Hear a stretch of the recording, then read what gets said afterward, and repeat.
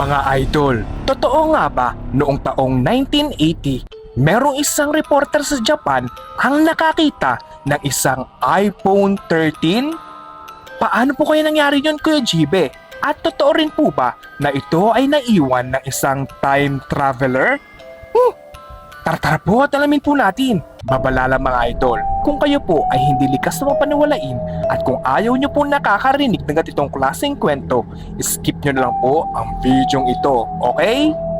Marami na nagtatanong mga idol na kung paano nangyari na meron ng iPhone sa taong 1980. Alam nyo ba mga idol na ang unang product ng Apple ay isang computer? Tama po kayo na narinig at ito po ang itsura ng computer. Yan, kung mapapansin nyo mga idol, ang pinaka-keyboard po niya ay pang typewriter. Tama po ba? Ganyan po ang pinaka-unang product ng Apple noon. At ang gumawa po ng Apple product na ito ay si Steve Wozniak. At ang unang computer product na ito ay nirelease ng Apple Company noong taong 1976. So ibig sabihin po mga idol, noong taong 1976, wala pa pong cellphone or iPhone ang nire-release ng Apple noon. At puro computer lamang. Sino po ba Kuya Jibe ang founder ng Apple? Ang founder po ng Apple ay walang iba kundi si Steve Paul Jobs. Si Steve Paul Jobs ay pinanganak noong February 24, 1955 at ito naman ay namatay noong October 5, 2011. At after naman po namatay ni Steve Paul Jobs, ito ay naipasa kay Tim Cook. Yan, simula 2011 po hanggang ngayon, si Tim Cook po ang namumuno sa Apple. At ang pinakaunang iPhone na nirelease ng Apple ay noong taong 2007. At ito po ang itsura ng first iPhone sa buong mundo. Yan. Kaway-kaway po sa mga nakagamit na cellphone na yan. So mga idol, ang tanong, paano na lang po nangyari na noong taong 1980, nagkaroon po dito ng iPhone 13? Trivia lang mga idol, ang iPhone 13 po ay nirelease noong taong 2021. Paano po nagkaroon ng iPhone 13 sa taong 1980? At dito na po natin ipapasok ang video na kung saan pinag-uusapan ng mga tao ngayon na kung bakit merong isang reporter sa Japan ang nakakita ng iPhone 13 live caught on camera. Disclaimer lang po mga idol, ang video pong ipapakita ko ay hindi po nagmula sa akin. Credits po sa may-ari ng video ito. At kayo na lang po ang bahalang humusga kung kayo po ay maniniwala o hindi. Okay? Yan po siya mga idol. Isa po siyang reporter sa Japan na kung saan nagbubuklat-buklat po siya ng mga cabinet. Pagbuklat po niya ng cabinet, meron po nakita siya isang kulay itim na rectangular shape. Tapos pagtingin po niya, oh, alam niyo mga idol, iPhone 13 yan, di ba?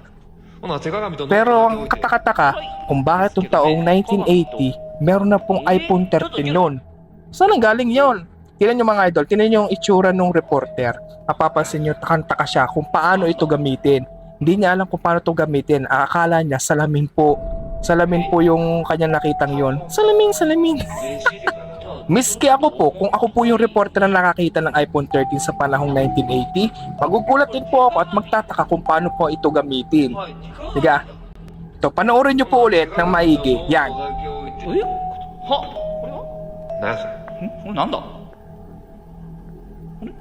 え箱か名刺入れかなんじゃかあちょっと重たいあこれ手鏡ですはい手鏡だほな手鏡とノートだけ置いて見づらいですけどね手鏡とちょっとけど Marami nga po nagsasabi na ito daw pong iPhone 13 ay naiwan ng isang time traveler.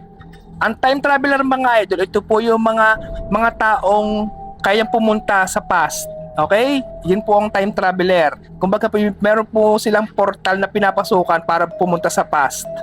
At marami din po nakukuha ng picture sa past na kung saan nakakakita din po sila ng iPhone. Katulad po ng larawang ito. Yan. Mapapansin niyo po mga idol, yan po ay 1970 pang larawan. 1970 pa daw po yung kuha. Pero kung mapapansin niyo po yung lalaking may hawak na parang rectangular na mukhang iPhone talaga, yan, sinasabi po nila na totoo nga daw pong merong time traveler. At kung isusum niyo po itong lalaking ito, yan, ay, may kamukha ni Diwata. Aba, Time traveler pala si Diwata. Kumukha ni Diwata, di ka mga idol. At sana all may iPhone na nung 1970. Lels, ang video ito ay nagmula po sa Film STV. Sa YouTube po yan mga idol, kahit i-search na lang po. Film STV yan po. Credits po sa inyo. Inaanap ko po mga idol kung kailan po na-establish or na-found po yung Film STV. Wala po ako makita kung ano pong taon. Pero feeling ko kasi doubt pa rin po ako doon sa video yung pinakita ng reporter eh. Kasi pwede naman po reporter talaga siya, kaya lang yung effects na ginamit sa video, iba po pwede naman filter lang yon na pwedeng magmukhang sinaunang video, ganyan. Doubt pa rin po ako. Medyo hindi pa rin po ako convinced doon sa pinakitang video na nung taong 1980s ay meron pong iPhone 13. Kung ako tatanungin ninyo kung ako po ay naniniwala sa time traveler, ay opo, ako ho'y naniniwala sa time traveler. Gaya nga po na sinabi ko sa inyo na past video na marami talaga po mga misteryo ang hindi pa na-resolve dito sa ating mundo. So, yung mga imposible, pwedeng maging posible. Yun. Pero, kung kayo po ang tatanungin ko mga idol, naniniwala rin po ba kayo na totoo ang time traveler? At tatanungin ko po kayo mga idol, naniniwala rin po ba kayo na ang Japanese reporter na ito ay nakakita nga ng iPhone 13 noong taong 1980s? At kung kayo po ay magkakaroon ng iPhone, ano pong model ang gusto nyo?